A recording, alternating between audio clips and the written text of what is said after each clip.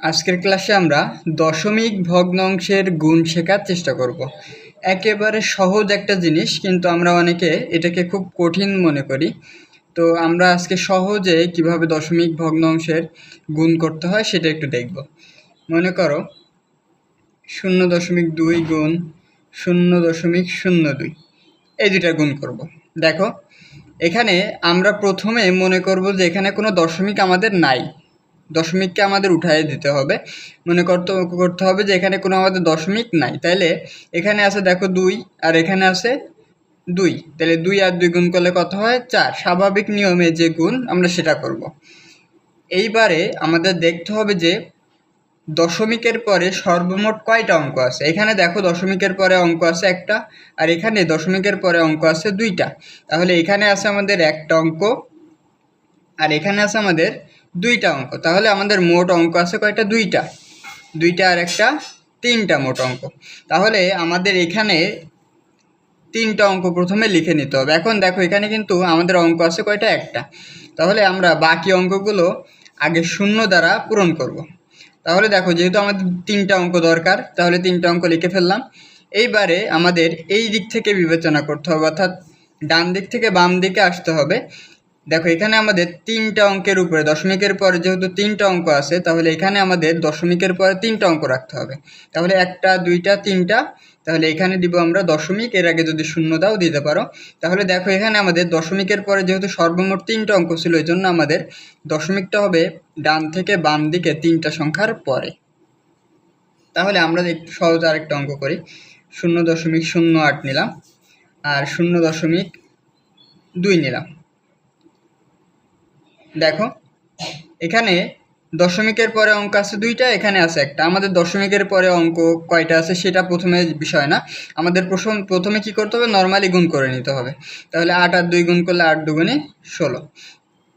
এখন এখানে দেখো অঙ্ক আছে আমাদের দুইটা আর এখানে অঙ্ক আছে একটা দশমিকের পরে। তাহলে সর্বমোট অঙ্ক আছে তিনটা, কিন্তু এখানে আমাদের সংখ্যা আছে দুইটা।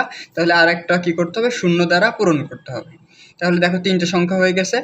এই দিক থেকে তিনটা সংখ্যার উপর দশমিক বসাবো, তাহলে শূন্যর উপরে কি হবে? দশমিক হবে। এখন মনে করো এখানে আমি দিলাম মনে করো 6 গুণ 0.04। তাহলে দেখো আমরা নর্মালি গুণ করব, তাহলে 4 ছক কত হবে? 24। এখন একটা জিনিস খেয়াল করো, এখানে কিন্তু দশমিকের পরে কোনো অঙ্ক নাই, দশমিকই নাই। এখানে আমাদের দশমিকের পরে অঙ্ক আছে কয়টা? দুইটা। তাহলে আমাদের কি করতে হবে? দুইটা সংখ্যার আগে দশমিক পাতাইতে হবে। এখানে দেখো আমাদের দুইটা সংখ্যা অলরেডি আছে, তাহলে এখানে কি করব? আমরা দশমিকটা দিয়ে দিব। আর একটু বড় অঙ্ক নিই, মনে করি 12 গুণ 0.2। তাহলে 12 দুগুণে গুণ করলে কত হয়? 24। এখন খেয়াল করো দশমিকের পরে অঙ্ক আছে কয়টা? আমাদের একটা। তাহলে আমাদের ডান দিক থেকে বাম দিকে যাইতে হবে এবং একটা সংখ্যার উপরে দশমিক দিতে হবে। অর্থাৎ এখানে দশমিকের পরে যে কয়টা অঙ্ক থাকবে, আমাদের দশমিকটা সেই কয়টা অঙ্কের পরে দিতে হবে। কোথা থেকে? এই দিক থেকে এই দিক বরাবর, অর্থাৎ ডান থেকে বাম দিকে। এখন আমরা একটা প্রশ্ন একটু দেখি, এটা হচ্ছে 40তম BCS-এ আসছিল। দেখো আমাদের তিনটা পদ দেওয়া আছে, তিনটা পদের ক্ষেত্রে একই নিয়ম কোনো ভিন্ন নাই। আমাদের প্রথমে মনে করব যে আমাদের কোনো দশমিক নাই, তাহলে এখানে 1, এখানে 1, এখানে 1, তাহলে 1 1 যদি গুণ করি তাহলে কত হবে? 1ই হবে। এখানে দশমিকের পরে অঙ্ক আছে দেখো একটা, এখানে আছে অঙ্ক দুইটা, এখানে আছে অঙ্ক তিনটা। তাহলে মোট অঙ্ক আছে কয়টা? 3 আর 2 5 আর 1 6টা, কিন্তু এখানে আছে কয়টা? একটা। তাহলে বাকি 5টা আমাদের কি দিতে হবে? বাকি 5টা দিতে হবে আমাদের শূন্য। তাহলে দেখো আমাদের কয়টার আগে দশমিক হবে? 3টা, 2টা, 5টা, একটা 6টার আগে। তাহলে 1 2 3 4 5 6, এর আগে দশমিক।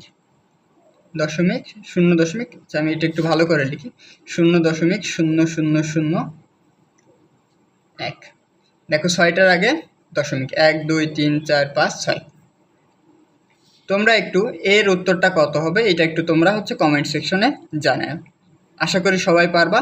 তো আজকের ক্লাস এই পর্যন্তই। ভালো থাকো, আল্লাহ হাফেজ।